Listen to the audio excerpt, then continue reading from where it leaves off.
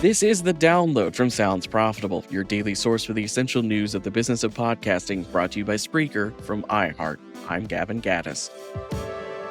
Here's what you need to know for today, Tuesday, October 22nd. First up, Insignia buys Veritone's podcast agency for up to $104 million. This article from Bloomberg announces investment firm Insignia Capital Group, LLC, has announced the acquisition of two podcast advertising agencies, purchasing Veritone One and Oxford Road. Dan Granger, CEO and founder of Oxford Road, is now CEO of both companies, which will remain separate for the time being, but will eventually combine over time. While Veritone One and Oxford Road are Insignia's first step into podcast advertising, the company's public portfolio shows several e-commerce, retail, and marketing agency investments that could easily dovetail with podcast advertising. Next up, Americans are warming up to advertising, says Kantar. The latest Kantar Media U.S. Media Relations report finds respondents are becoming more receptive to advertising than previous editions of the study. In 2012's version of the study, 28% of consumers had positive reactions to video ads. Now that number is up to 54%. Kantar notes a misalignment in how marketers spend their dollars, with podcasting and radio seen as lower priority for marketers, despite consumers having positive attitudes towards audio advertising. Though the gap may be closing, as the study found 31% of marketers grew their podcast ad spend in 2024 and are expected to grow that spend 41% by 2025. Next up, top podcast advertisers September 2024 rankings. Magellan AI has published their monthly roundup of top spenders in podcast advertising as tracked by Magellan AI data. T-Mobile, BetterHelp, and Amazon make up the top three between $5 and $7 million in podcast ad spend tracked in September. Sports remains an incredibly popular genre for ad spend, with 10 of the top 11 spenders preferring it as their favorite category.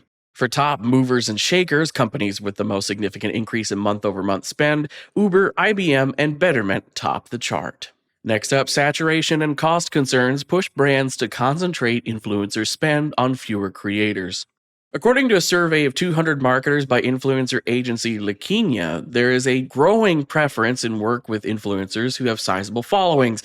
Those are defined as influencers with over 500,000 followers, but this leaves micro-influencers feeling left out. Agencies interviewed by Digiday encourage a multi-front approach, using large audience influencers for brand influence, while still dedicating money to small to mid-sized influencers to drive sales conversions.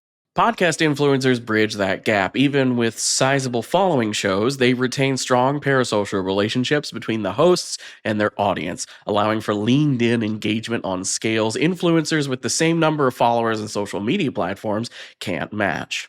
And finally, how podcast advertising helps brands connect with audiences. The official Shopify blog breaks down podcast advertising to its core components to provide an educational overview of what podcast advertising is, including explanations of terms like mid-roll and host-read, as well as why podcast advertising works. Blogs like this are a sign the efforts of the business of podcasting is working, as companies like Shopify are able to see the benefits of podcast advertising and easily find the information necessary to write a beginner's guide on their own. And Shopify is no stranger to podcast advertising, both through running ads on their own and with integrations through their platform, such as CodeADX's integration to access CodeADX's promo code marketplace. As for the rest of the news, Steve Raizes, EVP of Podcasting and Audio at Paramount, teased a new project focusing on finding solutions to the most common issues facing the podcast industry.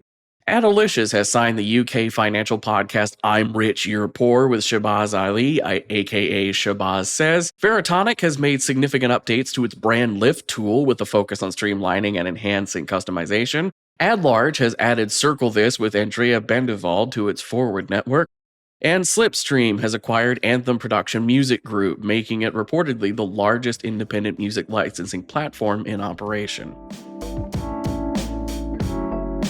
Be sure to check out the links to every article mentioned right in your podcast listening app or at soundsprofitable.com, where you can also subscribe to the newsletter version. The Download is written and produced by Newton Shuttlecotti, myself, Brian Barletta, and Tom Webster. This episode is hosted on Spreaker. For Sounds Profitable, I'm Gavin Gaddis. Download us again tomorrow.